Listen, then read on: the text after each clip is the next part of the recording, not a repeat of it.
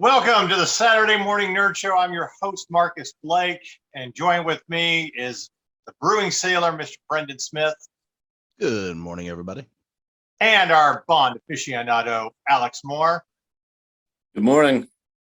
And apparently the best dressed guest on this podcast this morning, Mr. Chad Womack. Good morning, gentlemen. And if you couldn't tell by the background of the Electric Jellyfish podcast or the music playing before we started, yes, we are talking about James Bond this morning. It's been a month. Which, Go by ahead. the way, if you haven't heard it, the Brian Setzer Orchestra does an amazing version of the James Bond theme song. Yes. It's just with the big band and the Gretsch guitar. It's insane. You got to check it out. Well, it's been a month since No Time to Die released in theaters. We're hoping that most people have seen it by now because we are going to spoil it. There's quite a few spoilers that we have to talk about with this movie, how we felt about it, and how it closes out the Daniel Craig era. So we're going to just tell you straight, if you're listening live, if you haven't seen it yet, there will be spoilers. So you can turn it off right now. But if you've seen it, and I hope all the James Bond fans, have. So we're going to move right along. And This is where we need a gif of River's song just to come in and be like, spoilers. But one of the things that we wanted to talk about is how the Daniel Craig era compares to, other eras of James Bond, how he compares as a James Bond, playing the role himself, and, what they did right with, his 5 movies, and some of the things that, annoyed us. So, but it's also hard to believe that here we are nearly 60 years later in 25 James Bond films. And it's still, the franchise is still as popular as ever. So anyway, and we'll also talk about James Bond theme songs. I also wanted to thank Alex Moore for something that he posted on Facebook that I thought was really cool. I didn't think of this, so again, thanks, Alex. But instead of coming up with your favorite James Bond movies, like how you rate all 25 in order, what would be your top 7 James Bond movies? So, and we had kind of an interesting debate about that on social media. But, like always, we did a small staff outing of me, Brendan, and Alex had a chance to go see No Time to Die in theaters. It was fantastic, a great experience. Considering we basically had to wait a year and a half to finally get to see this movie. The only thing that lacked was we had to give the Alamo Drafthouse, which we love the Alamo Drafthouse, but we had to give them a little shit because they didn't have any Kina Lillet, so we could not make Vesper martinis. That was very disappointing. Right. Very Well, saddened by this. we know struggles trying to come back. You're not fully stocked in the bar, but again, after everything we've endured as a society the past 2 years, it's like, it's kind of to be expected. But we did get to see the movie on the big screen. It's meant to be seen on the big screen.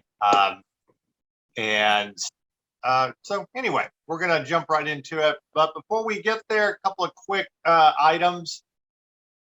I can quickly mention it now because the embargo is up. Quick little movie review. It'll be on Netflix next week. But Red Notice, if you're looking for a great little fun heist movie with some ties to Indiana Jones when it comes to an adventure movie, highly recommend Red Notice with Dwayne Johnson, Ryan Reynolds, and Gal Gadot. And I feel like if you put all 3 of them in a movie, it's at least going to be entertaining. So definitely check that out. I gave it a pretty good score. Couldn't stop laughing at times. Gal Gadot in that red dress, Jesus. So anyway, definitely check that out. And besides, it's Ryan Reynolds.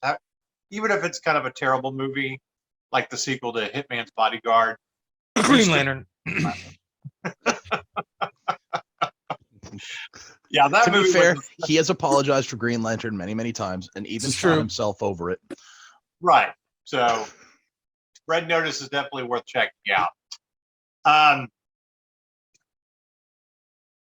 Anyway, we didn't really have this week's Sign of the Apocalypse, but I wanted to. This is kind of a PSA announcement from That Nerd Show. We do not talk politics here, and when we do, it is in the form of satire.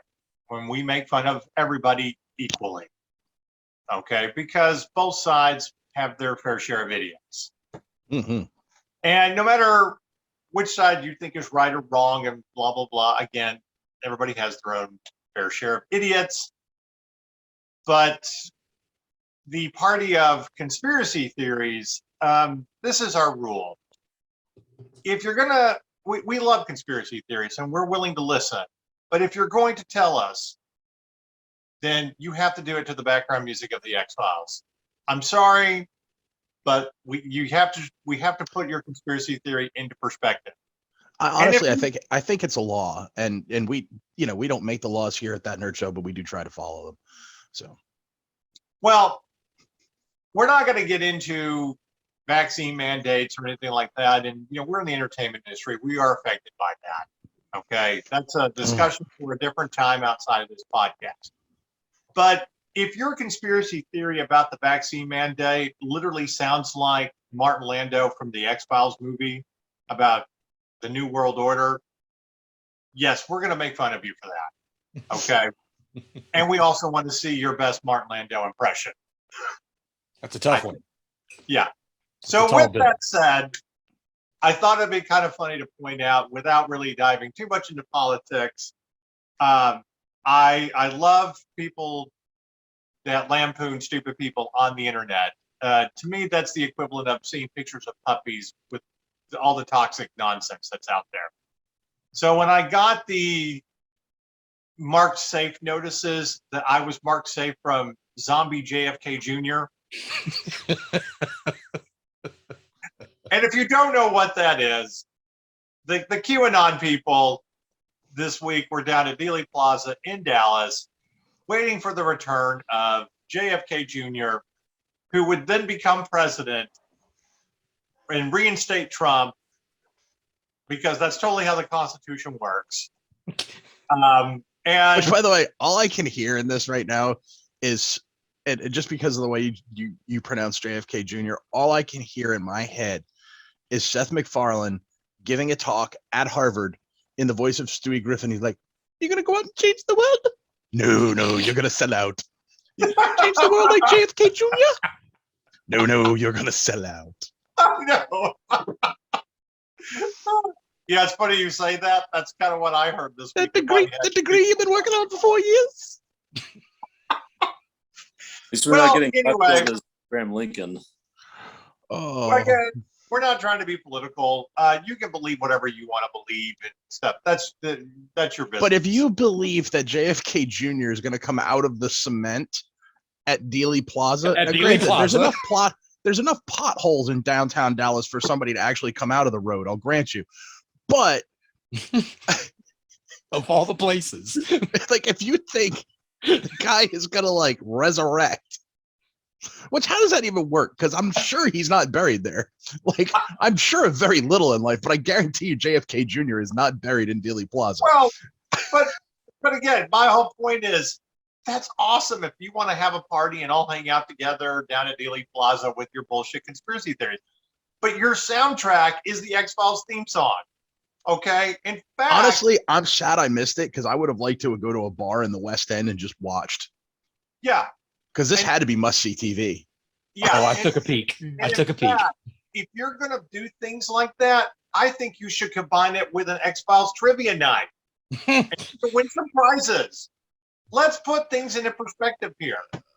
I mean, right. I think they missed a marketing opportunity there. They really, really did. So that's really this week's Sign of the Apocalypse. It's just kind of a rule about your bullshit conspiracy theories. Now, one thing I'm just picturing JFK Jr. just coming out of the concrete. One thing I do want to say is, Brendan mentioned earlier before the podcast about how you move the goalpost, and when he obviously didn't show up, somebody, obviously, said that, well, he'll show up at the Rolling Stones concert that was at the Cotton Bowl. Because what the hell do the Rolling Stones have to do with JFK Jr. anyway? I don't know. But if Which, by I the way, was that- gonna be right, but if I had been in hiding for over 20 years and I didn't show up when I was supposed to show up, of course I would go to the Rolling Stones concert that was nearby. I don't get me wrong, the Stones concert was great for business, but Right. what does it have to do with Kennedy? I don't know. Anyway, But like I said, so sympathy we're for the offering devil, you maybe. 2 solutions from that nerd show.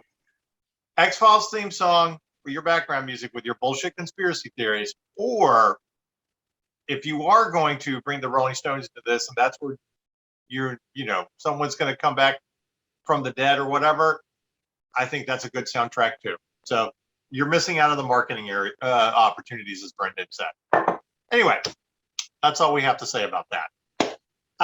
Moving right along. I do want to point out one thing. It's not really this week's Sign of the Apocalypse. This is for all my nerd friends. And I guess kind of a PSA announcement. If you get bored and you play around on dating apps or whatever and just entertain yourself, like sometimes you do, and a girl tells you that her favorite book series is the Dresden Files, you fucking take her out for drinks. You have to meet that girl. If she says her favorite movies are Star Wars, and you say hello there, and she does not reply with General Kenobi, you know she's lying, and you just move on. Right. Just But I'm swipe just- left. Right, but I'm just simply saying you know that- not what of which that of which you speak. Yeah, I'm just saying that if you say your favorite book series is the Dresden Files, please tell me more. My inner, I've been looking for that ultimate nerd girl. So, but yeah, that actually happened like a while back. I just thought it was kind of funny because I got reminded of that as kind of a thing that you. Is this something that if you're a nerd and you're looking for like a certain kind of woman and they say that, like, yes, they do exist outside of a convention. Anyway, also I want to say big shout out to Todd Carlton and AllCon that they put together a small weekend for people to be able to come back. Obviously, it didn't have the numbers that we've seen in the past, but it was great to see familiar faces and be able to get to do a panel again. And we had a lot to talk about. Adding to the Star Wars panel that we didn't get to do in 2020 because Mandalorian The con was canceled the day of because that's when Texas shut down for COVID. Right. But we had a lot of fun, again, seeing familiar faces, people, a lot of great costumes. Good friend that we've known from conventions, Dave Mathau, and I'm mispronouncing his last name. I apologize, but I always love when he whips out the Inspector Gadget costume. So cons are slowly coming back, at least the good ones, and very much looking forward to next year when we can get back to normal and stuff. All right, James Bond. So I'm going to start with Alex because he's the Bond aficionado around here. No Time to Die. Did that movie deliver for you? Overall, it certainly did. I think we were all pretty much in agreement on how we would rank it within the Daniel Craig era. Sure. And I think I enjoyed the villain for this film a little bit more than Brendan did. I don't know how you felt about it, Marcus, but I thought he was a pretty good Bond villain in terms of how he fits in versus other Bond villains. I liked Blofeld. I liked Christopher Waltz's Blofeld better, but I mean, I didn't hate Rami Malek. I thought he did an okay job, but I don't think he's the best Bond villain. I didn't hate him. I just thought he was. I just thought the character itself was forgettable. I mean, I liked that it was kind of different in that it showed that it wasn't your typical villain where it wasn't a Spectre villain or it wasn't like a villain who is just evil for evil's sake. He was trying to get back at Spectre for what they did to his family, and that was a different take on the whole Bond villain. But other than that, thought the character wasn't written very well. It just it was flat to me. That's all. Right. I mean, I absolutely love the connection to, Dr. Schwann, and that when she tells the story in Spectra about someone came to kill her father, it was actually him. So I mean, you've connected these two. You've connected everybody together to one big organization, but at the same time, how you show that how truly connected that she is to everything. Because I thought this was kind of a very important story for her as well, and how she is kind of I don't know. She's a victim of all this because of who her father was, and being involved and stuff like that, and then getting caught up in this guy's revenge fantasy.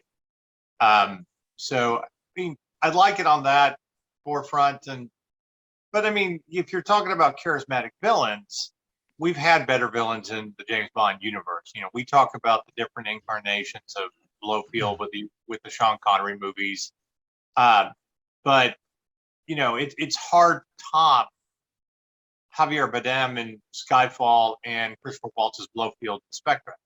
So this was just like, okay, well, that's kind of cool.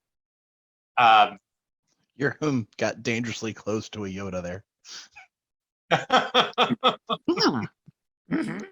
So that's how I personally came down on it. But I mean, overall, the film delivers for you, Alex. Yeah, overall, I think I still gave it a 7 out of 10. So I thought it was good.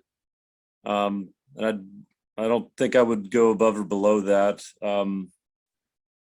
To me, it's still not at the level of say Skyfall or Casino Royale, but certainly better than Quantum of Solace and Spectre overall, I think. Yeah, I put it right there in the same boat with you. 7 out of 10. For me, Skyfall and Casino Royale, you could flip them back and forth. Which one's one, which one's two. The 1A and 1B for me. Spectre was just okay. It wasn't a bad film. I'd probably give it a 6 out of 10. Yeah. Compared to a 7 for this. Quantum of Solace is just hot garbage. See, I will always disagree with you on that. I don't think it's a terrible movie, but I think you should honestly explain. First of all, you're basing it off a short story that has nothing to do with the actual movie. 2, you made a 90-minute epilogue to Casino Royale. That's all it is. It's good, but you're not dealing with. It's like you're dealing with the aftermath of Casino Royale more than anything else. Then I nodded off twice. What, me talking or the movie? Damn. No, not you talking, the movie. Okay. Well, again, that's you. I mean, but that's what I'm saying. It's just a 90-minute epilogue to Casino Royale. I could literally watch Casino Royale and go right into Quantum of Solace as here's a long epilogue to that movie. But but if you really outside of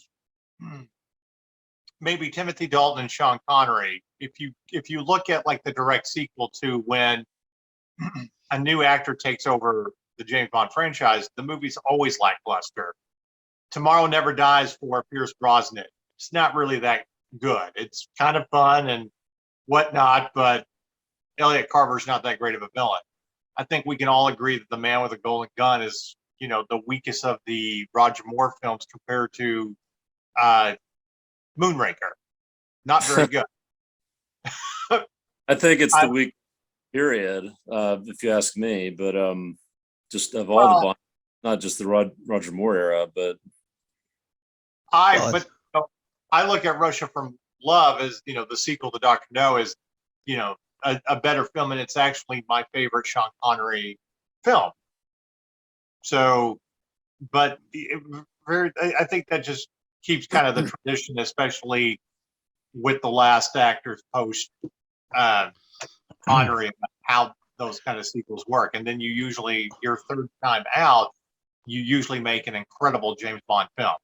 I will say that while Moonraker is a terrible movie, it did give us one of Q's best lines ever. 007, what are you doing? I believe he's attempting re-entry, sir. Chad, how do you, out of the Daniel Craig era of James Bond films, which one is your favorite? I'm right there with you guys as far as Casino Royale and Skyfall being 1 and 1A.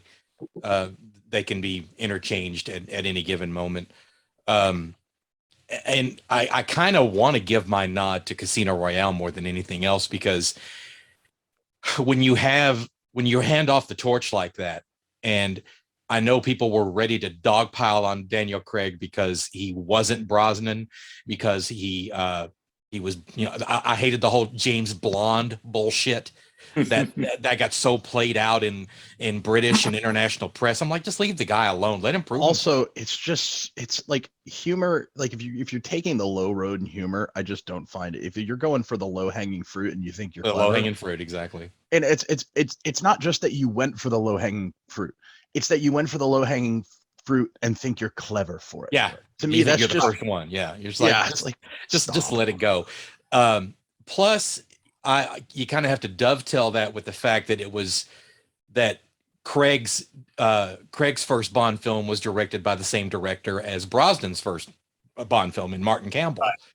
And I love both of those films almost equally. The fact that director was able to inject some fresh new blood, both from a filmmaking standpoint and from an actor standpoint, to where he had to kind of reintroduce this franchise to a brand new audience, but at the same time to an old audience that was waiting to be impressed.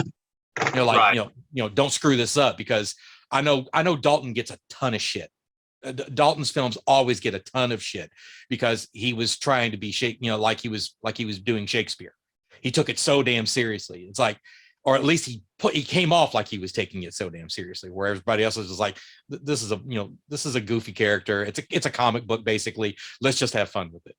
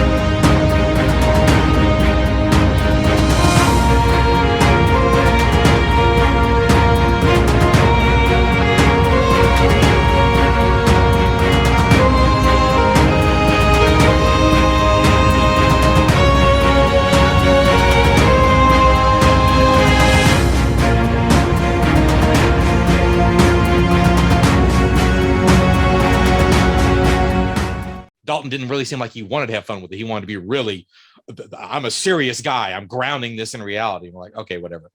But I don't know. I guess Royale will always get my nod because it brought me back into it, because I had lost so much interest because Die Another Day was such utter tripe.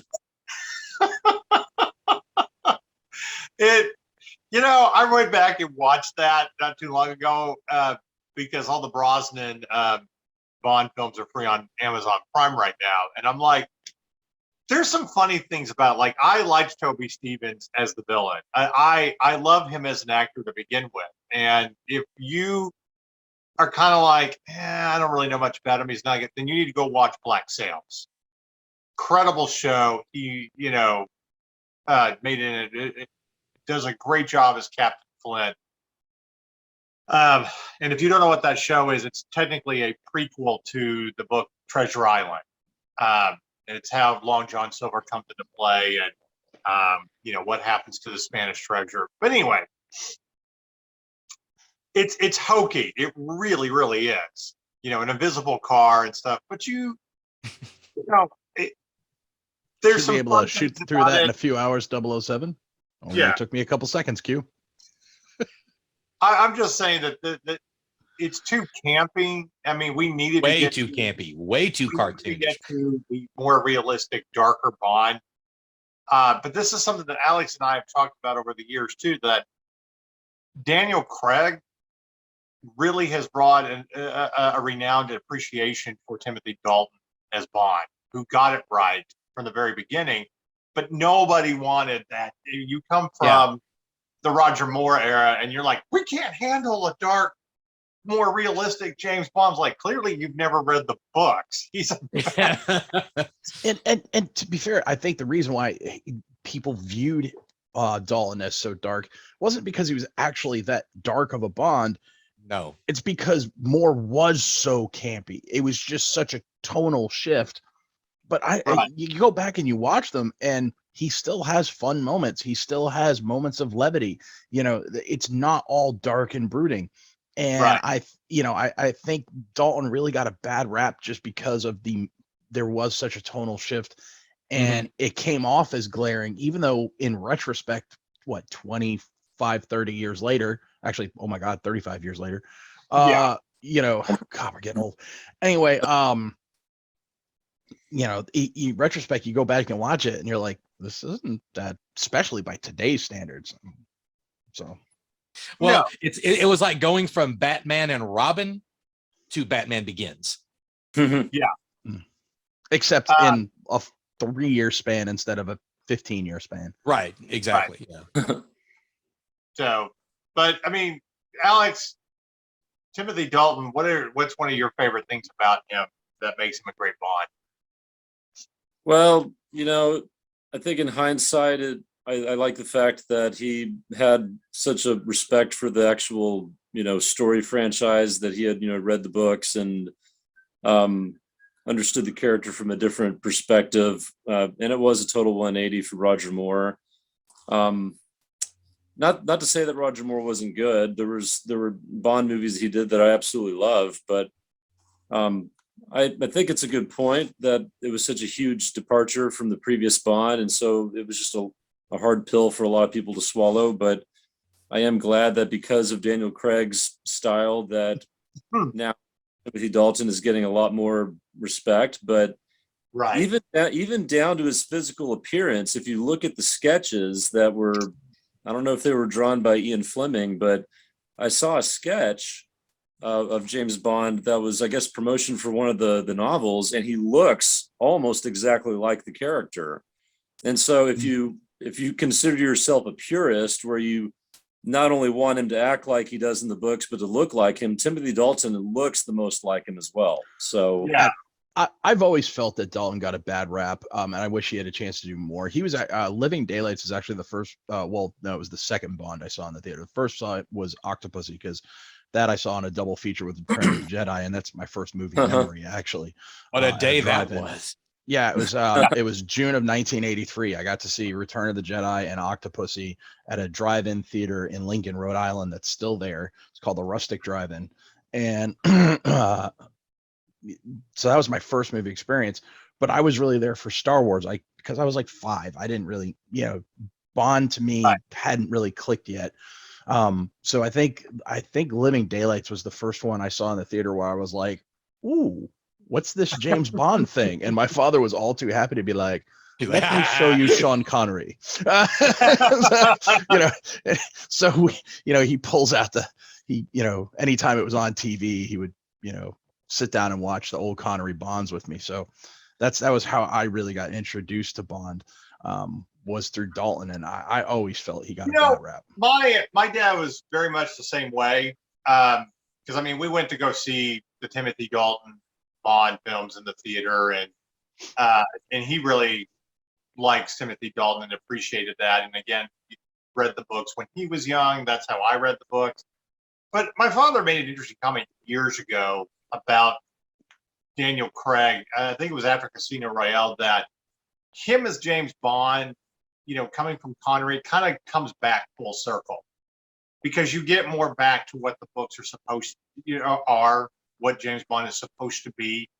Okay, you get away, nothing to take away from other people who have portrayed him, but it's always the writers of movies that are, especially when you were writing movies that weren't based off of books. Living Daylights is the last thing that was really based off a book until Casino Royale, and it's not even a book; it's just a short story. And really, it's only the first half of that movie that encompasses the story of the short story. You know, the rest of it is something that they completely add on to it. But, you know, even going back and looking at Connery, he's a bastard at times. I mean, you wouldn't be able to have Connery as James Bond and do those films now in today's culture with everybody being canceled. It's too woke. It's misogynistic.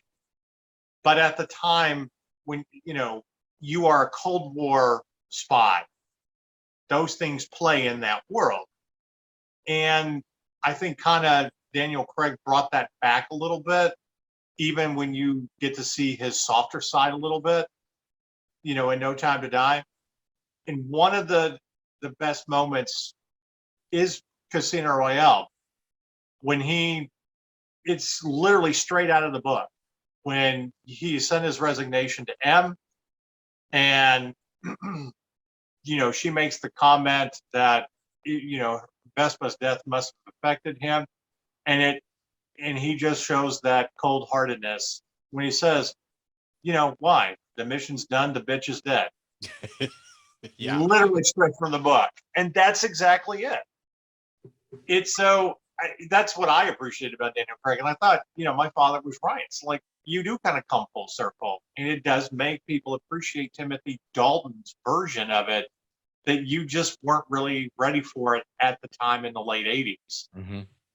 Or the 90s. And I think maybe that's also why Pierce Brosnan worked so well as James Bond, is you kind of want that campiness and, you know, more comedy. You know, you're coming out of an era where, you know, buddy cop movies, action comedies, and you want to see more of that in James Bond than what it really is, where it should be dark, and you do deal with issues. So anyway, that's kind of my take on it. I actually have to agree with them. Also wanted to point out that Skyfall, if you really look at the bookends between Casino Royale to No Time to Die, and you really are looking over probably about a 15-year period. Well, really probably about 15 years, because, you know, he had been out of the service for 5, you know, when No Time to Die picks back up after the intro. So because Skyfall would have been about 10 years after he became a 00. That's a lot of mileage on a 00. And in all actuality, if you've ever read the books, at most, they might get 15, 18 years, because automatic retirement came at 45 from field service.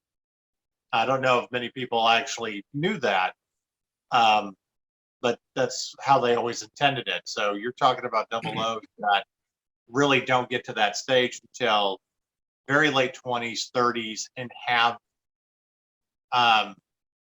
and only have, again, maybe about 15 years before they have to be put out to pasture, so to speak. So I thought that was kind of cool, that if you really look at between Casino Royale and No Time to Die, it is that 15-year period, and you can very easily see that as the timetable from when he became a 00 to where he is now. Okay, and Skyfall is right kind of in the middle of that, where he is broken, and he could very much just go off and live a life and not do it, but also has to reinvent himself. And it's from all of the stuff that he has seen and done and yada, yada, yada. And I think that's also what makes that movie fantastic, is he is kind of a broken agent that has to be redeemed, and that kind of thing a little bit. So sorry for my little long analogy there. Kind of a happy coincidence that it worked out that way, because I don't think they had any intention of this going for 15 years when they started the Daniel Craig. Kind of worked out that way. So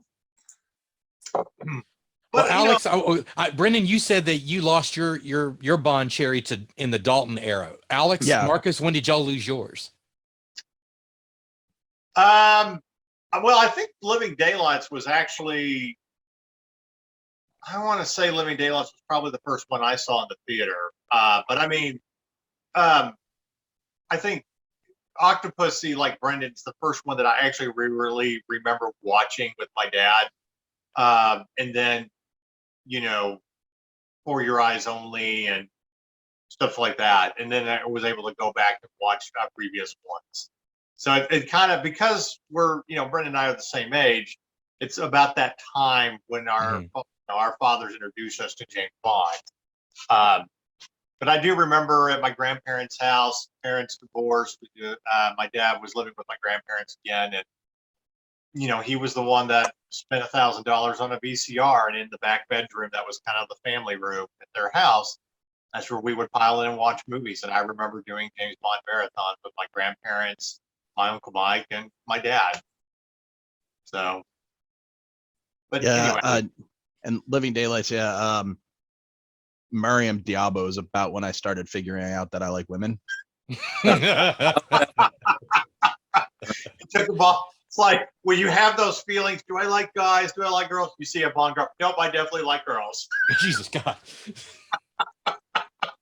I didn't get started. Alex?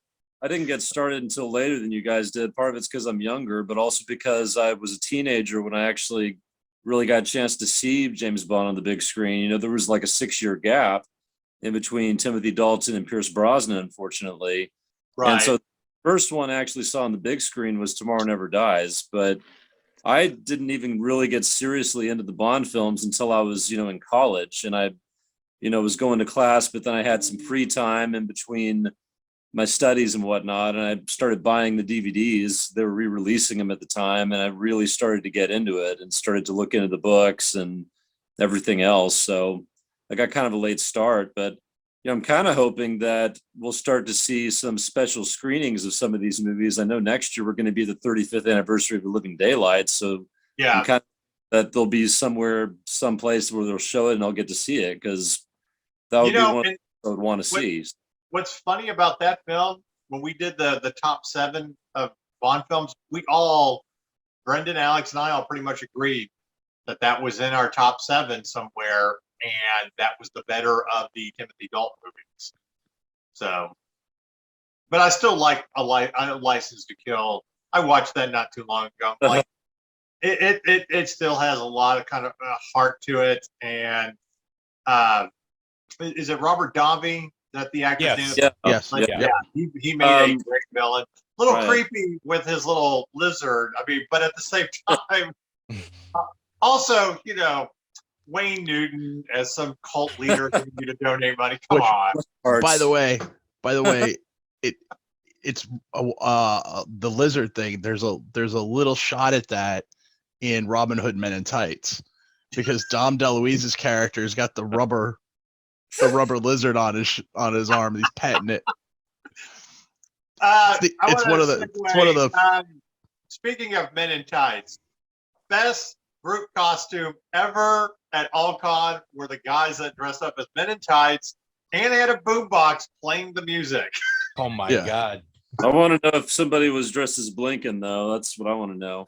I asked where their Dave Chappelle character was, and there's like, well, we couldn't find him. I was like, come on, find that. Anyway, Then you just gotta get a guy wearing sunglasses inside, and there's your Blinken character. Just have him like bring like a foam sword and just have him attacking a pillar. I'm going to be very disappointed, since Mel Brooks was the one that kind of discovered Dave Chappelle when it came to film, and because that's his first movie role, is Men in Tights. Mm-hmm. I was very disappointed if Dave Chappelle doesn't do some kind of cameo in History of the World Part 2, the series they're developing for Hulu. Oh, it wouldn't surprise me if he would. They have to make him a king. I think that would be perfect. So anyway, back to the original question, Chad. What was the first Bond film you saw? Wow, I'm really gonna date myself here, but my cinematic love affair with the Bond franchise began when I was 4 years old. Wow. My father took me to go see Live and Let Die. Nice. So my roots run very deep with this franchise. And it became a tradition. Every time a new film came out, we were there. So I saw basically Moore's pretty much his entire run theatrically. And then by the time Dalton took over, I was in the service. I was in the military. So that tradition kind of ended. And then Dalton's run didn't last all that long. And so by the time Brosnan took over, I was pretty much on my own. So I kept going on my own. Right. But yeah, that's how far back my roots go is being freaked out by all the voodoo imagery while McCartney scared the shit out of you with that damn theme song. So, and what Brendan was talking about, being introduced with Octopussy, I'm pretty much, I have seen every Bond film in the theater since, Live and Let Die. I'm not Live and Let Die. I'm sorry, Living Daylights. By the time I was able to actually go and see them, that was pretty much. Because I think GoldenEye came out our senior year, right? 95. 95. So what day in 95? I'm trying to find out what its release date was. Hold on. I remember it was fall of our senior year. Yeah, it was. It was November 95. I'll say, they're normally November releases. Oh, okay. Yeah. So it would have been fall of our senior year. Yeah. So I remember going to see that in Rhode Island and going. If that teaser didn't get you pumped up for that man taking over that role, that you need to get you need to get your pulse checked. Just him walking to the camera in full silhouette. What, you were expecting someone else? You're like, shit. And I know I'm the only one that has a lot of love for On Her Majesty's Secret Service, but that line that Rosnes done is, to me, is just as good as, hey, this never happened to the other fella. That is good. That was a good line. Yeah. And by the way, go ahead, Brendan. Who is the actor? And I can't remember. Is George Lazenby. Right. He's a weird cat. Yes. Like that dude is like, I was reading up on him the other day, and he is kind of bonkers. Unashamedly so.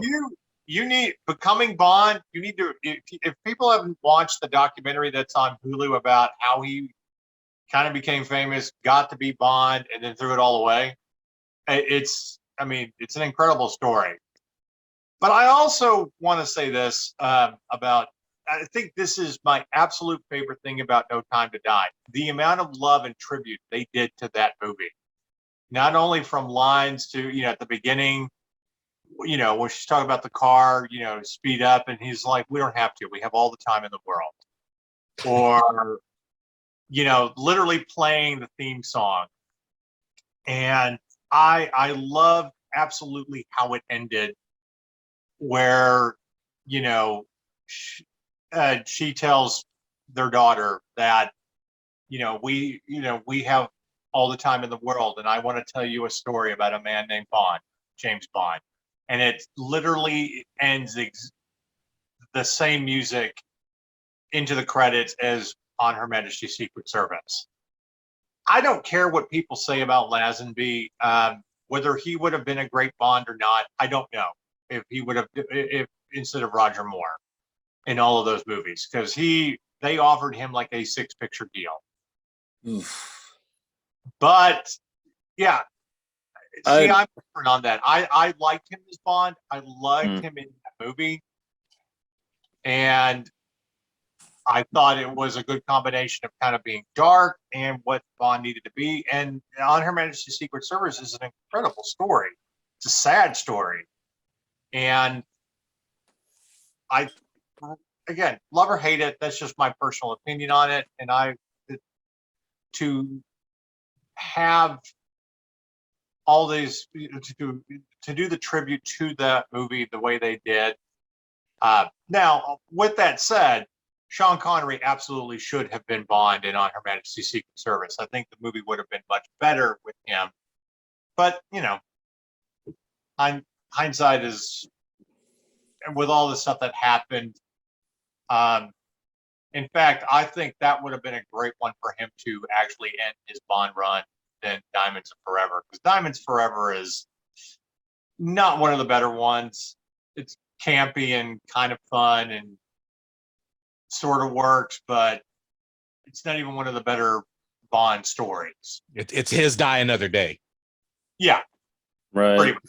Stay away from diamonds. Stay away from diamonds as part of as a plot point. God, Get that the is fuck kind of away from ironic. diamonds. That's like when you're involving diamonds, the story usually isn't good. Mhm. Well, the only thing I would say is that I think they may have used a little bit too much from Honor Majesty Secret Service in just in my opinion, to the point where it didn't feel like, like, because I know they're trying to pay homage to lots of Bond films, and they did that somewhat with other movies with elements, but they seem to use so much with the theme and the words from that story and that movie to the point where it may have been a little too much. But that's Beat you just over the head with a hammer with it. just my opinion. I didn't think it was bad. I just think maybe they did a little too much with it, perhaps. Alex Moore can't be right all the time. I'm just kidding. No, I mean, you've got a good point. I think it's just my love for that film. Right. And I remember when I got on the kick of reading the books in college, even I was almost teary-eyed at the end. Because, I mean, it's dramatic what happens when they kill James Bond's, wife. At the end of the movie, it's even more dramatic in the book. Because you have read this guy that can be cruel, he's hard, he's cold, and someone melts his heart, and he gets all taken away. Also, I love Tilly Sabaz As Blowfield. He's actually one of my favorite versions. I thought he was too gangster-like in that movie. I still prefer Donald Pleasance, but I guess most people do. No. I don't disagree with that. I think Donald Pleasance has the best version of Blowfield. Telly Savalas is just cool, though. Yeah. It is. And by the way, when the Fast and the Furious franchise is finally done with all their ridiculous movies, can we finally get a modern day version of Kojak with, why am I, you know who I'm talking about? Diesel? Yes, but then Are you serious? Oh God! Have you not seen him? You would be a great Kojak. You would be awesome. Except he can't Okay. act.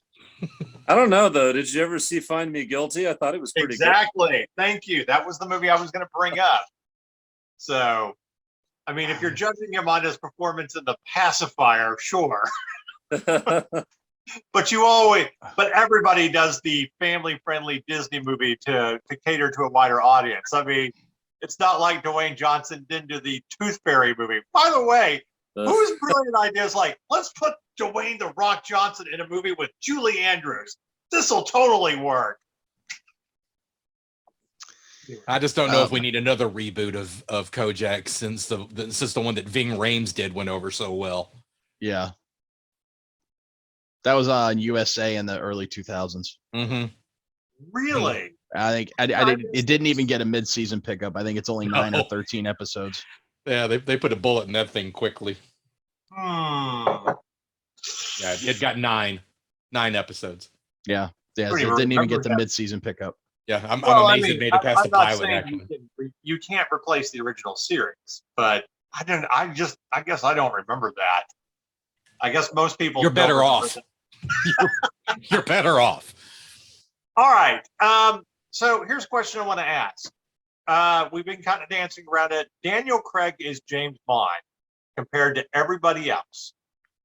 Alex, how do you rate him? I mean, okay, before we get into it, are we all pretty much in agreement that Sean Connery is the best James Bond? I mean, for me, he is. Or am I the only one? I think so.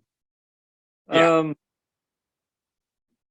It's hard to pick against him because he is the only one who got actual approval from Ian Fleming, and Ian Fleming liked him so much that he actually rewrote the character as being half Scottish. So that's pretty impressive. And the story my stepdad told me was that at first Ian Fleming didn't want him because he was Scottish, but then he saw him walk out of the room and he saw him go down the hallway and he said, by God, he walks like a cat. He'll do fine.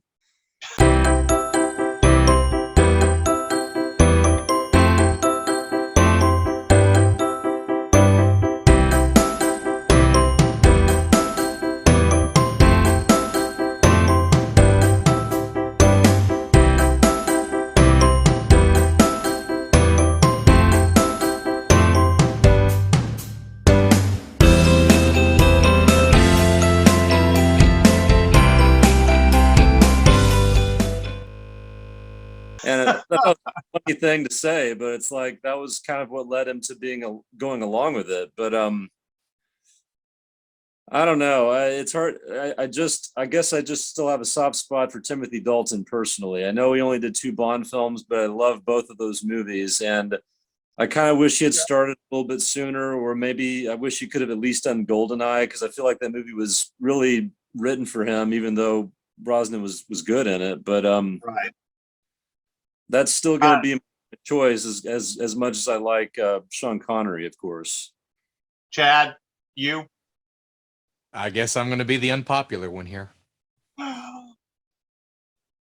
because I just can't imagine Connery ever saying a line, "The whole world's going to know you died scratching my balls," which I can. It's well, but you died scratching my balls. Yeah, but you're also doing you're also doing 85-year-old Connery's voice there. That's not fair. Well, you get my meaning though. You get my meaning though.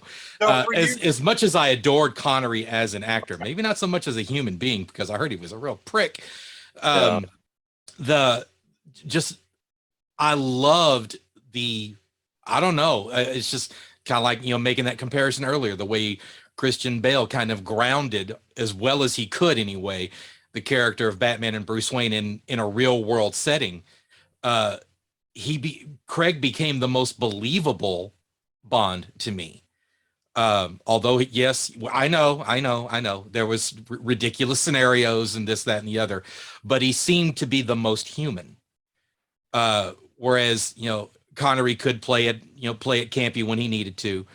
Right. And Connery worked for that version of Bond. And yes, the same can be said for Craig.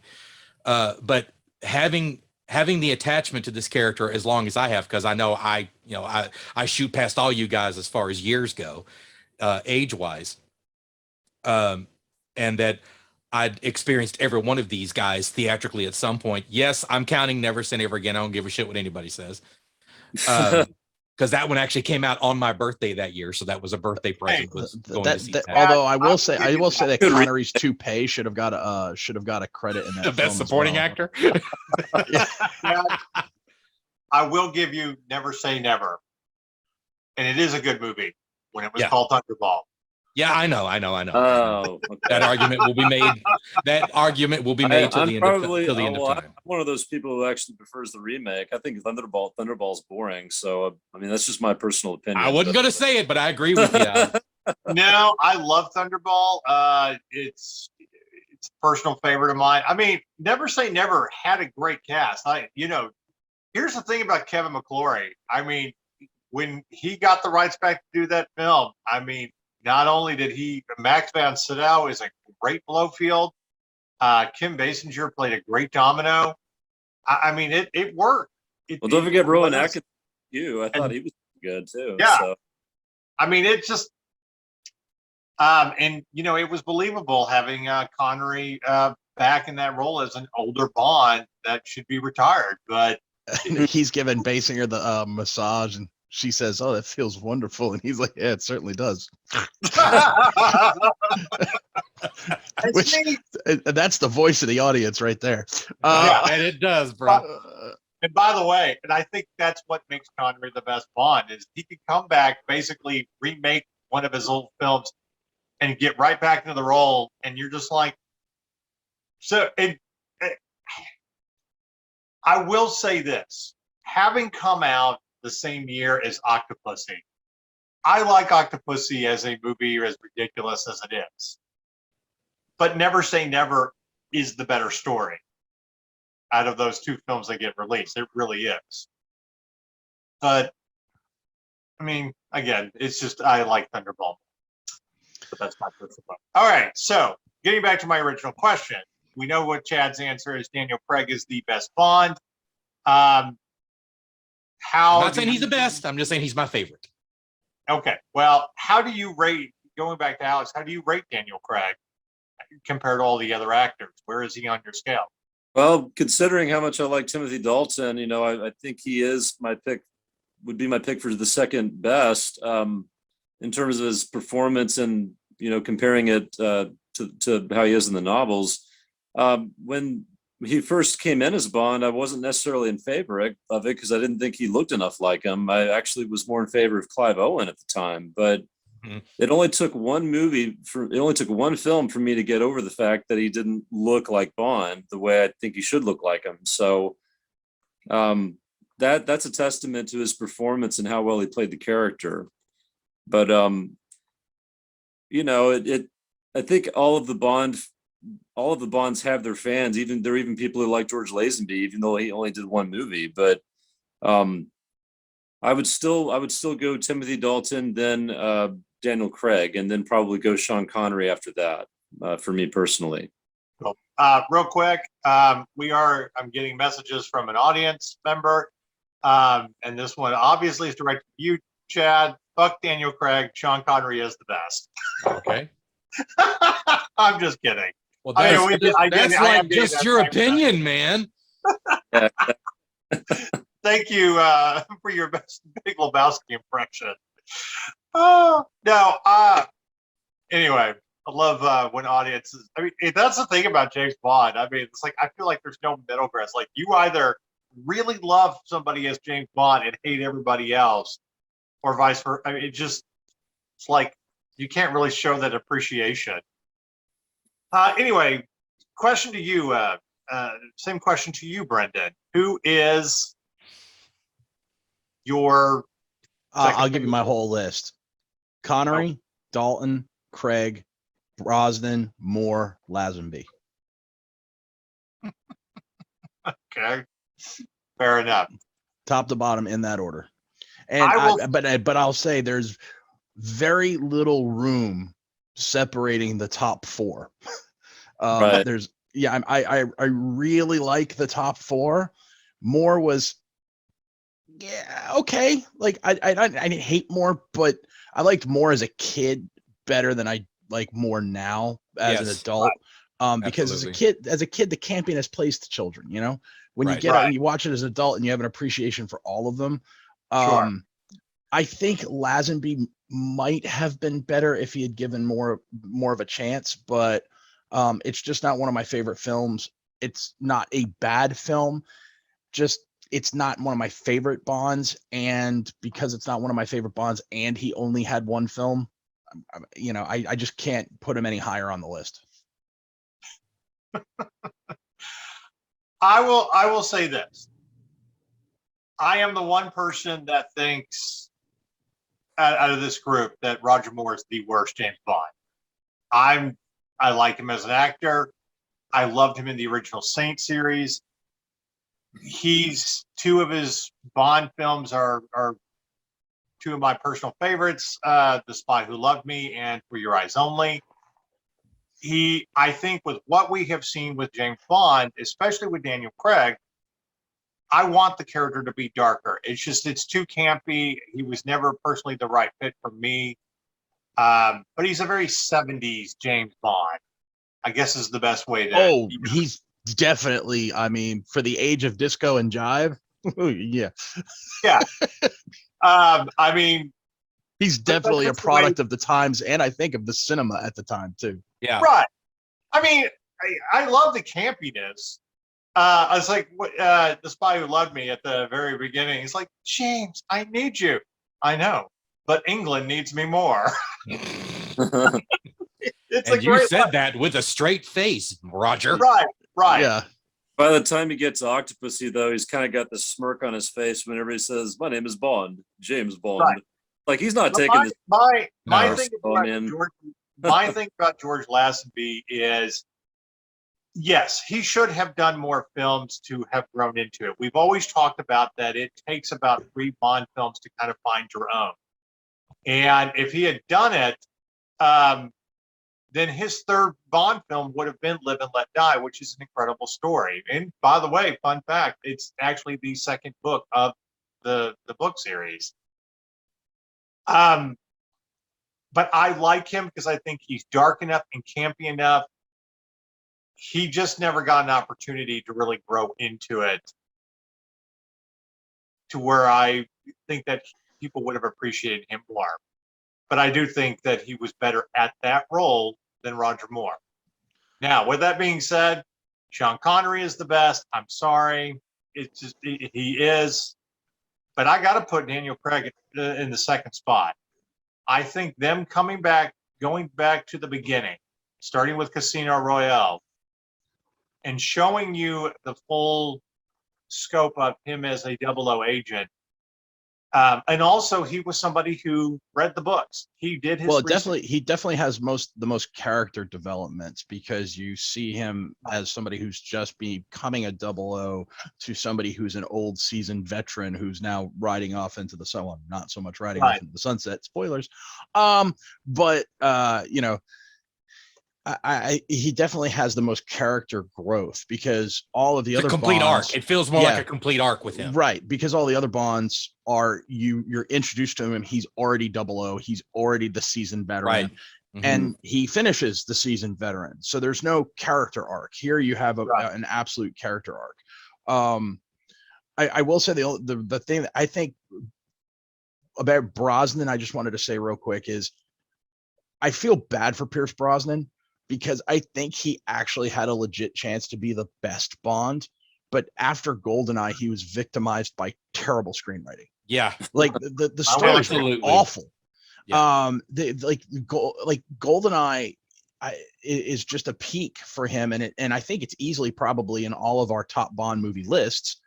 No And it also spawned one of the greatest video games of all time. Yeah, absolutely. But Yes. you know, so it's a fantastic movie, and you go from such a peak, and then everything else was terrible. Like I felt so bad for him. I'm like, you waited so long to get this. I don't know that they're so that the movies are absolute garbage.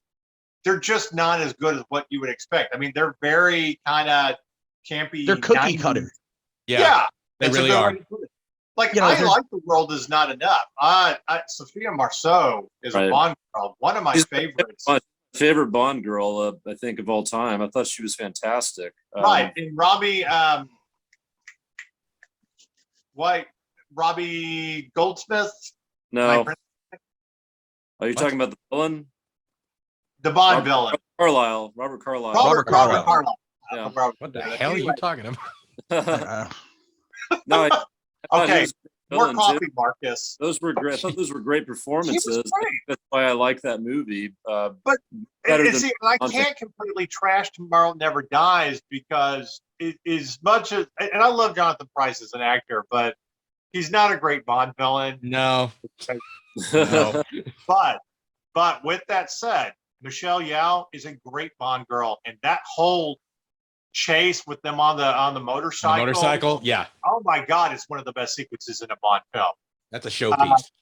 Yeah, and I love her little secret Chinese lab, and they're putting stuff together. But the best Bond chase scene ever is still going to be Brosnan in the tank in GoldenEye. Yes. What about tearing through St. Petersburg? But the best part too is he goes to the wall and he still has the thought to adjust its time. And if you don't think that's funny, Skyfall has the best nod to that when he collapses, breaks the train, gets onto the other car, and still adjusts the cuffs. So I mean, because it's better to look good than to feel good, apparently. So I mean, yeah, I agree with you, Brendan, that he was just victimized by bad scripts. And you're right. And Jonathan Price is just not a good villain. He's Like, just a Yeah, weasel. great, He's just a little great puss. in movies. So, but I will also put Timothy Dalton as my third favorite. You know, going back to the basics, and I think License to Kill and The Living Daylights are not appreciated enough as films. But you know, too, The Living Daylights is very much a Cold War James Bond movie. I mean, just the story, the politics, everything involved with it. Whereas you look at GoldenEye as the perfect film for the end of the Cold War and how the double O's are operating in that. But here's one of the best parts about the Pierce Brosnan era. You may get terrible scripts, but Judi Dench is a fantastic M. Oh my goodness.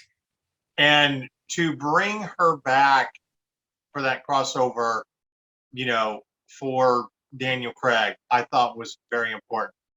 And I love them. I love their back and forth. You know, what was it? Quantum of Solace. The girl asked him, "Who is that? Your mother?" And he's like, "Well, she likes to think so." I like when he almost reveals what M means. I had no idea, Stephen. Finish that sentence and I'll have That's you it. I know, right? Or like Christina, it's like, how the hell does he know these things? Love that woman. Love that woman. Yeah. No, she set the bar at the very beginning of GoldenEye on her very first scene because she was so believable, and the Right. way she puts Pierce Brosnan's Bond in his place and insults him to his face without batting an eye, you just know that this is real. She doesn't care if he dies or not. Blah blah blah. Right. It's like, okay, I get it. This is all business. I thought she Well, was.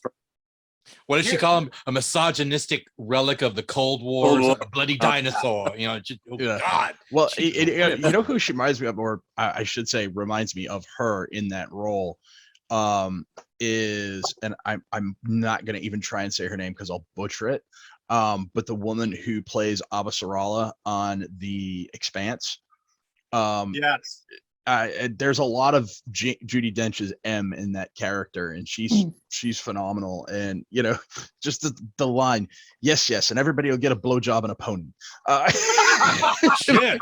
I guess I need to start watching this shit.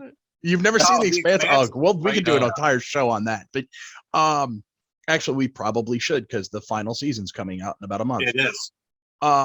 It's fantastic television, but there's very much Abasarala has a lot of M in her, and I love that character. And I just, Judi Dench, you're right.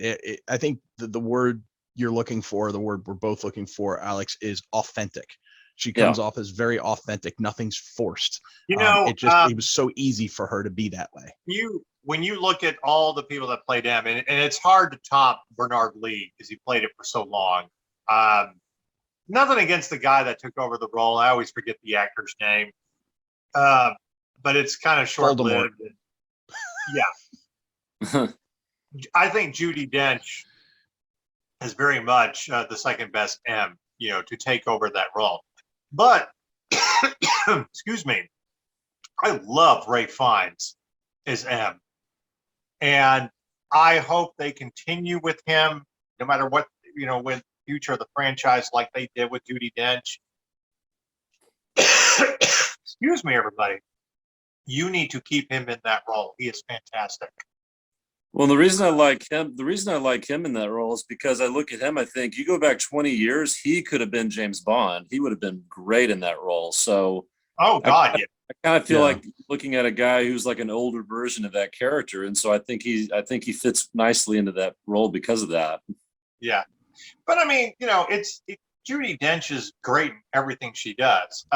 In fact, Tracy Ullman, who did another sketch comedy show, they wrote a sketch. I remember them talking about it on the Graham Norton show, and she did a sketch about Judi Dench, Dame Judi Dench being a shoplifter and can get away with it, like full shoplifter, and they would never arrest her because she's Dame Judi Dench.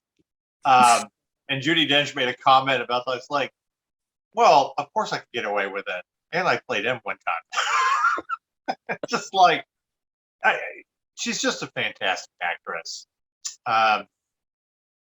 But she did a great, you ever want a really great, we talk about BBC shows and how here in the States we introduced more BBC shows because of PBS. Thank you for bringing Monty Python to the States. She did one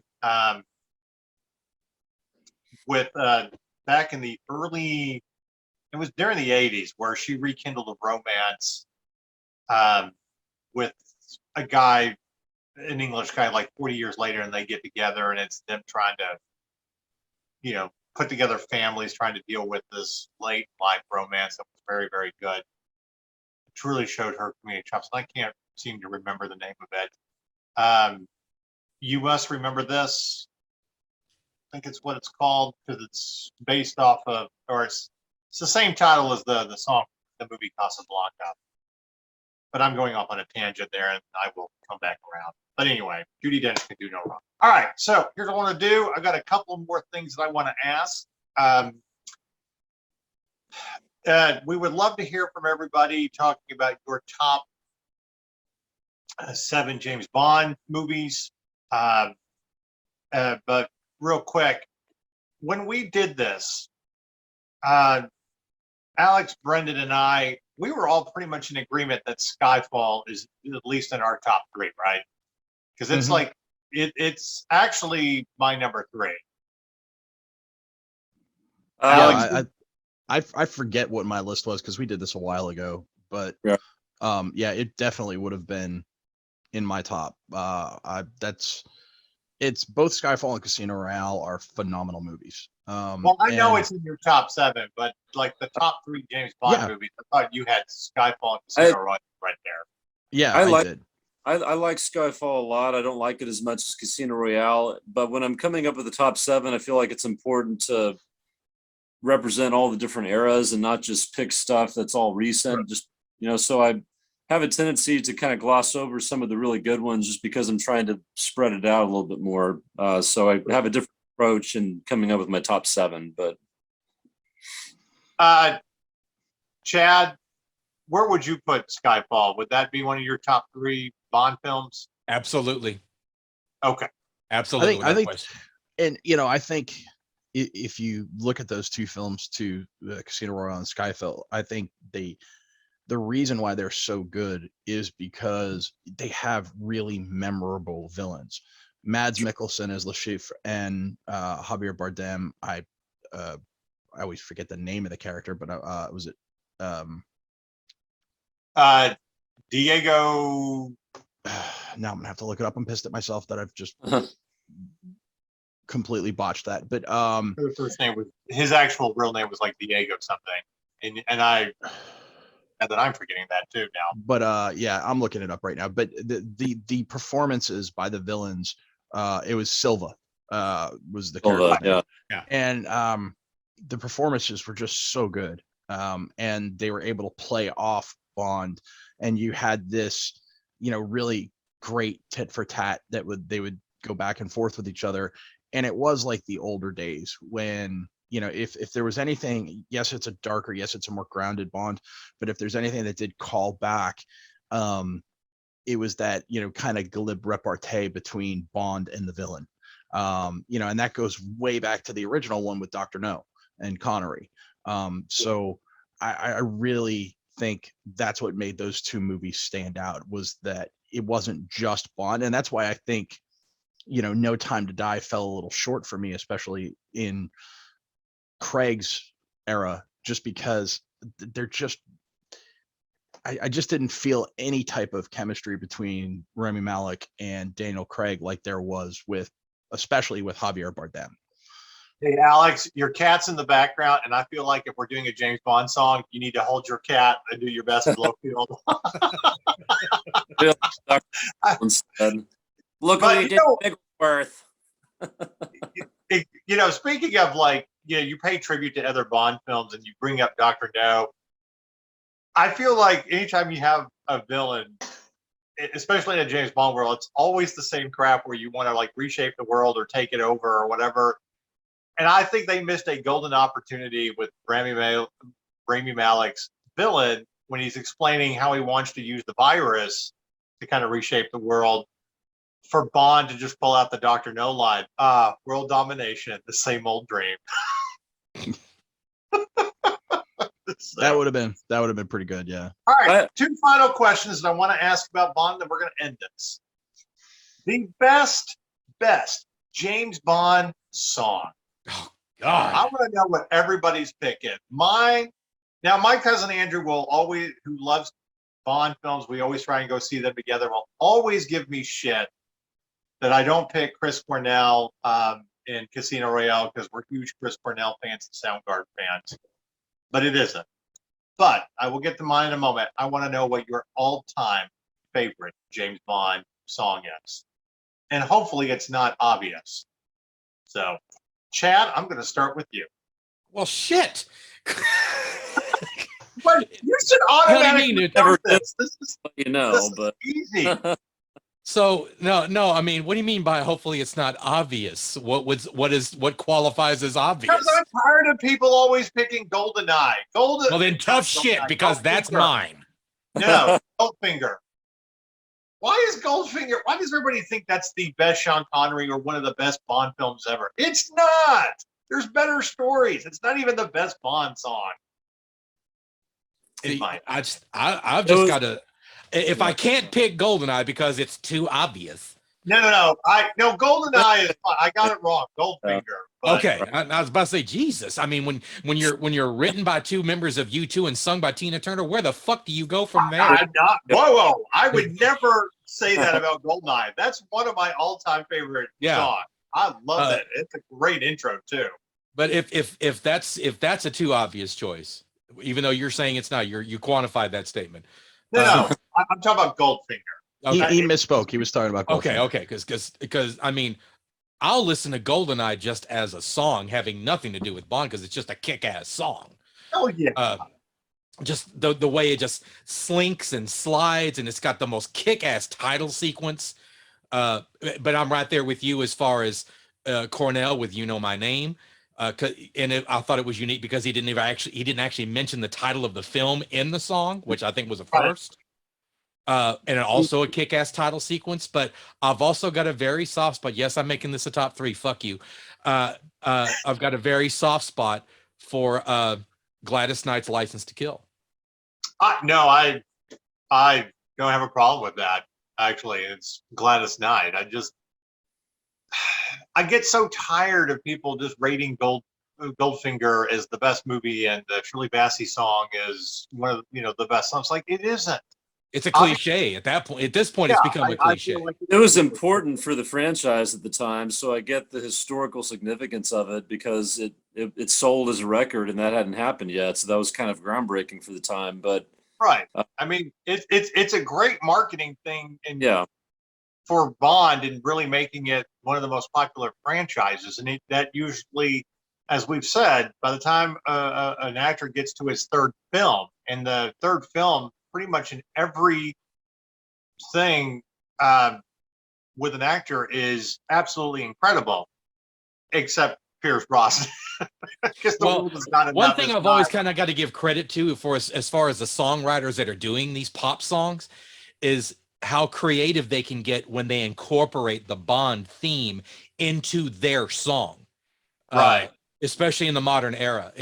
I love the way the Bond theme works its way into GoldenEye. I love the way it worked into Adele's Skyfall. yeah. With the horn line. It gives you chills just thinking about it. Well, but it also absolutely sets up what you find out what Skyfall really is. Mm-hmm. It's his family home. Right. So, yeah, and Adele, God, that's actually one of my top 3 Bond songs. She did such an incredible job. That was the first Oscar, so that was important for the franchise too. That was and it is funny because if the song can really truly help make the movie better, the song can also bring the movie down. With Sam. Oh my God! And The Writing Is on the Wall. And the Oscar. I don't know how, but it did. So How did it get an Oscar? It's literally the worst Bond song ever. It sounded like the seagull from Little Mermaid trying to sing a Bond song. Just moaning. He's not even a good singer. No, he's not. I imagine him as like some rinky-dinky lounge singer whining on his fourth drink about some girl that got away and she'll go. Literally, had a kid to do it, I guess. When they constantly make fun of you on SNL for your music, it's like, how did he? It was wretched, just constantly going into that upper range falsetto that he always goes up into. He becomes the Mariah Carey dog whistle, shit. I just like, no, I'm out. That and the one that, what was it? Alicia Keys and Quantum of Solace. That's a bad one too. That was a pretty bad one too. No, you're right. That was like nails on a chalkboard as well. Yeah. I at least appreciate Billie Eilish. It wasn't a terrible song. I don't even remember it. I mean, it played and it's like, okay. Yeah, but that's my point. It's that happened. So, all right. Or did it? Brendan, I don't remember. How about you? What's your favorite Bond song? I'm sorry. Were you addressing me or Alex? I didn't hear you. No, you. Okay. Yeah. You know my favorite Bond song. A View to a Kill, Duran Duran, baby. Yeah. And you gotta love a Bond that has Christopher Walken in it. It's fantastic. Well, don't forget, you've got the background. You have Ivan Drago. Black of That is true. That is true. Who was dating Mayday at the time. Yeah. No, I love Duran Duran's View to a Kill. By the way, the only Bond song you still hear played on the radio. Yeah, it was one hit. Yeah, it was great. Yeah. It's still, if you listen to classic rock stations, it'll get played. So Alex, how about you?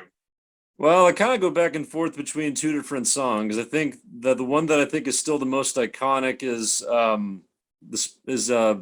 sorry, I've gone blank all of a sudden. Sorry, from The Spy Who Loved Me. Nobody does it better. Nobody does it better. By to me, I think that's still the most iconic of the Bond songs. But my personal favorite is "Diamonds Are Forever," which it is Shirley Bassey, but to me, that's the best of the Shirley Bassey songs. No, I agree with you on that. It's better than. Despite the fact that "Diamonds Are Forever" is not a good Bond movie, I think it's a great Bond song. So yeah, I'm right there with you. I like the song. The song's the best part of the movie. Diamonds Are Forever is easily the most forgettable Connery Bond. Well, I like the exchange between the Bond girl in the casino, though. It's like, "Hi, I'm Plenty." Well, of course you are. Plenty O'Toole. No. Named after your father, perhaps? Your father, I'm sure. Although that's what's your name? Pussy galore. I must be dreaming. But you know what? I think we would be remiss if we didn't at least give For Your Eyes Only a special mention, because that's the only intro where the artist actually appears in the intro. By the way, thank you, Chad, for bringing me to my favorite of the Bond songs. Well, that's called a segue. I absolutely love For Your Eyes Only. It's one of my favorite Bond movies. I agree with you on that. I think it encapsulates everything about Bond, even Roger Moore being Bond. It's absolutely a gorgeous, gorgeous song. I can't tell you anything else that Sheena Easton sang, but I know that song. Really? It's crazy. I'm just looking it up. That movie was a huge financial success for the time. Oh yeah. It almost made 10 times its budget. Yeah. But you think about that today, like a Marvel movie's budget's what, 250 million. So that would be a Marvel movie making 2.5 billion. Yeah, which they often do. No, they don't often do 2 million. There's only been 2 movies ever, or 2 billion. There's only been 2 movies ever to top 2 billion, and neither of them are Marvel, I don't think. Oh, well, actually, yeah, one of them might be. Endgame surpassed Avatar.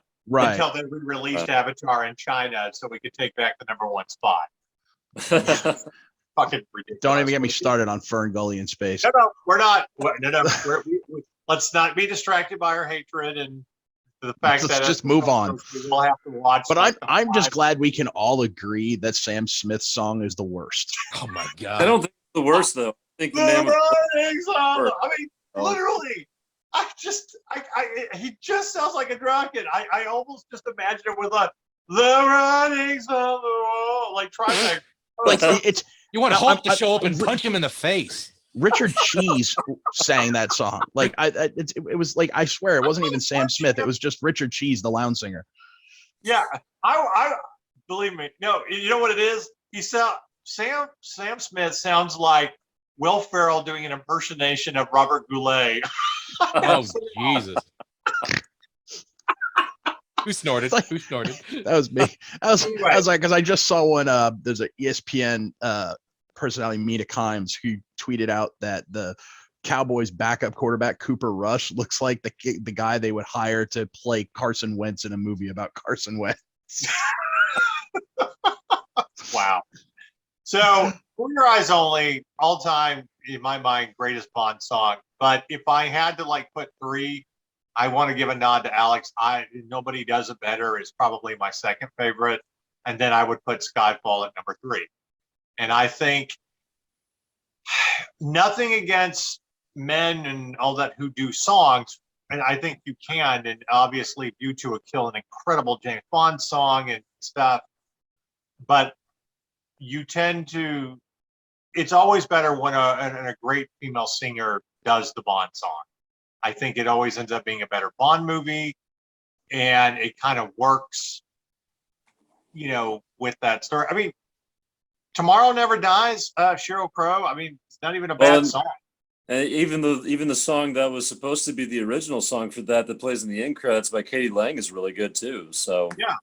those So, are I good. mean, Also going back to For Your Eyes Only, it even has, again, my love affair with good villains. It has Julian Glover, who was like the bad guy of choice for the 1980s. I mean, he was a bad guy in Star Wars. I He don't was know, a bad man. guy in I don't know. Urkoff in- kind of was the bad guy of choice in the 80s too. He was the bad guy in Rambo.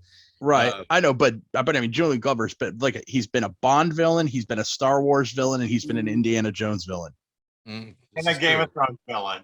Uh, Yeah. Yeah, he played the Maester in Game of Thrones. That's right. All So, right. yeah. My final question, and then we're going to end this podcast because we could talk for hours about James Bond. But I thought it'd be interesting to ask each one of you, out of all the great James Bond gadgets, which one would you personally choose? Ooh, Jesus. wow. Yeah. I've got one, and it's not even one that Bond used. It's just one that they friggin' showed off to Bond. The Ghetto Blaster. Boombox rocket launcher. Americans. By the way, we'll probably be canceled in the woke generation just for mentioning that.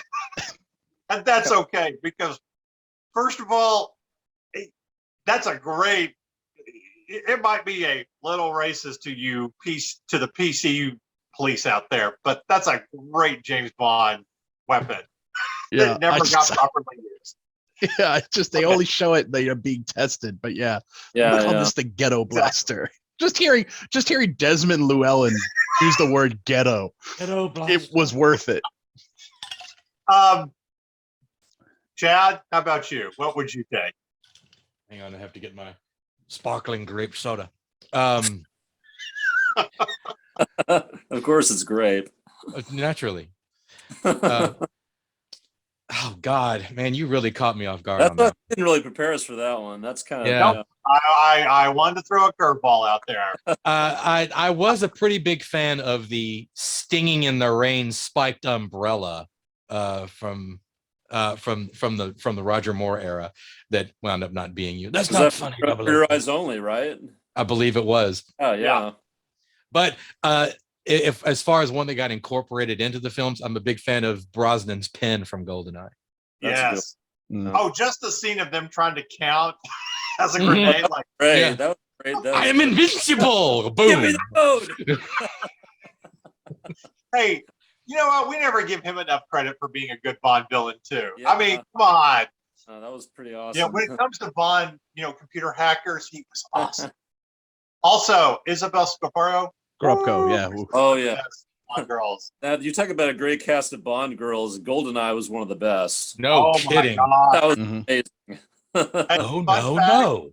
No more Fun full fact play. about that movie, real quick. When they're doing the pool and steam room scene, and he bumped, she actually broke Pierce Right. Brosnan's rib. Yeah. Yeah. Shit. You talk about Legs of method. steel. Oh yeah. Oh And yeah. the best and one of the greatest kill lines ever. She always did enjoy a good squeeze. All right, That's Alex. another category. Best Bond quip. Yeah. That's another good. Alex, how about good you? dress- Favorite Bond gadget? Oh. This is really tough, and I was trying to kind of think through it while you other guys were talking. And I have to say, if you look in Octopussy, he goes to meet him in that spot in India, and he gives him that watch, and it has this fancy liquid screen where he can kind of watch things on his watch. I just thought the look of that watch was really cool, and I think they did market it in 1983 as well, and this became kind of a big collector's item. So if I could have any item that was from a Bond movie, I would love to have that watch. So to me, as far as just off the top of my head, that would be my favorite, was the watch that he had in Octopussy. Imagine if Apple put that out as an. The new Apple Watch. Yeah. Yeah. So I'm actually going to give you two. One that, as someone who's still single, I just want personally, because I think it'd be awesome. And you can totally make fun of me for it, but this goes to Live and Let Die. I want a magnet that unzips her dress. Okay. And here comes cancel culture again. Well, I don't really care at this point. Me and Dave will get both be canceled. But if I had like a true thing that I could use out in the field, come on, give me a fucking watch with a laser in it. Yeah. I Yeah. wanted to go with that one, but it seemed too obvious. I want a laser watch. Remember when he uses the laser out the side of the car to cut the car off from the chassis, so when the guy hit the brakes, the car kept going. Yeah. Salt corrosion. So yeah, he says salt corrosion. Yeah. But I mean, it's also I just love the scene too where he's looking at Bond's watch and Q made a few upgrades, has he? But he still has his. And Yeah. I gotta vote. In Dallas traffic, who hasn't fantasized about having Stinger missiles behind your headlights, No shit. Absolutely. or Gatling guns, whatever. Absolutely. Yes. Of course, I'll take the little sports car that can be a submarine too. Yeah, that was pretty cool. The Lotus Esprit, that was a Lotus submarine. So Yeah. just having a Z3 personally, man. Yeah. There you Yeah. go. That was the C3 with the Z3 with the Stinger missiles. Yeah. Oh yeah. Might have to do a part two of just talking about our favorite Bond stuff another time, but we have to go. Things going on. But if you still haven't seen No Time to Die, Oh, wait a minute. We left off a really important topic. Who should get the role? yes. Sorry. You are absolutely right about that. Thank you for reminding me. I'm trying to. We've got a little crunch time here. We try to. Keep I know, it but we can't right. sign off without at least addressing that. Alex, I'll start with you real quick. Who do you want to see be the next Bond? Well, if you were to ask me 10 years ago, I would have said Michael Fassbender, but too much time has passed, and I think he's too old. So the guy who I think it should be now is Henry Cavill. I think he's got the right look. I think he's the right age. To me, that's the perfect choice out of all the ones that have been mentioned. So I kind of agree with you. I mean, out Right there. of all the people they're mentioning and stuff, I would rather see Henry Cavill do it. I'm gonna go throw you guys a curveball. I think Cavill will get it, and I think he will be good at it. But who I think should get it is Tom Hiddleston. So that would be I like Tom Hiddleston, Yeah. and I could see him as a Bond villain. because here's why I don't want Cable, because it's almost going to be exactly the same as Daniel Craig, and we've had 5 movies now, or 5 movies with the the ultra grounded, ultra, not ultra dark, but grounded and dark Bond. And I want a slightly different take on it. And I think Hiddleston would bring a little bit more levity. I think Cable is going to be very much cut from the same cloth. Only if Zack and Snyder directs it. And I'm not saying it's going to be bad. Don't get me wrong. I think Cable is extremely capable and very talented and will do a good job. I just want a slightly different take on Bond. I'll throw out another curveball. Well, I think we all pretty much agree Henry Cavill will probably get it, because if he's not going to be doing Superman anymore, then he might as well do James Bond. And we always talk about movies that are kind of like your tryout to be James Bond. Layer Cake was that for Daniel Craig. The Man from U.N.C.L.E. is that for Cavill. But if you really wanted to go back to your roots, Richard Madden. Yeah, I've heard that one a lot too. Yeah. From Game of Thrones, I would absolutely do Richard Madden. And I think I'm actually hoping, and I don't disagree with you, Marcus, but I'm actually hoping he gets cast as Connor McLeod in the Highlander remake. But I would see I could do both. I'm just saying that, I mean, he may be a Scottish guy that knows how to use a sword. He may be a little too short for the role, but at the same time, he's Scottish. And here's the thing.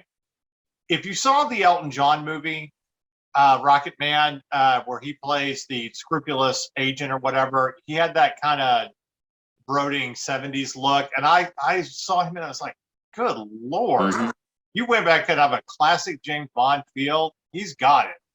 And he's older let's now. be honest, if they can make Tom Cruise and Kiefer Sutherland look tall, they're going to have no problems making Richard Madden look tall. Man has a point. So, it's amazing it's amazing what an upward camera angle can do for a short guy. Right. But I'm just going to throw this out there too. Instead of having, why am I drawing a blank on names today? It is definitely the. Sorry, my dog just went apeshit. Sean Bean. Quit killing him early in all your films, or having him die in films. Let's just make a James Bond movie where we resurrect him from the dead. I'm done. I'm just kidding.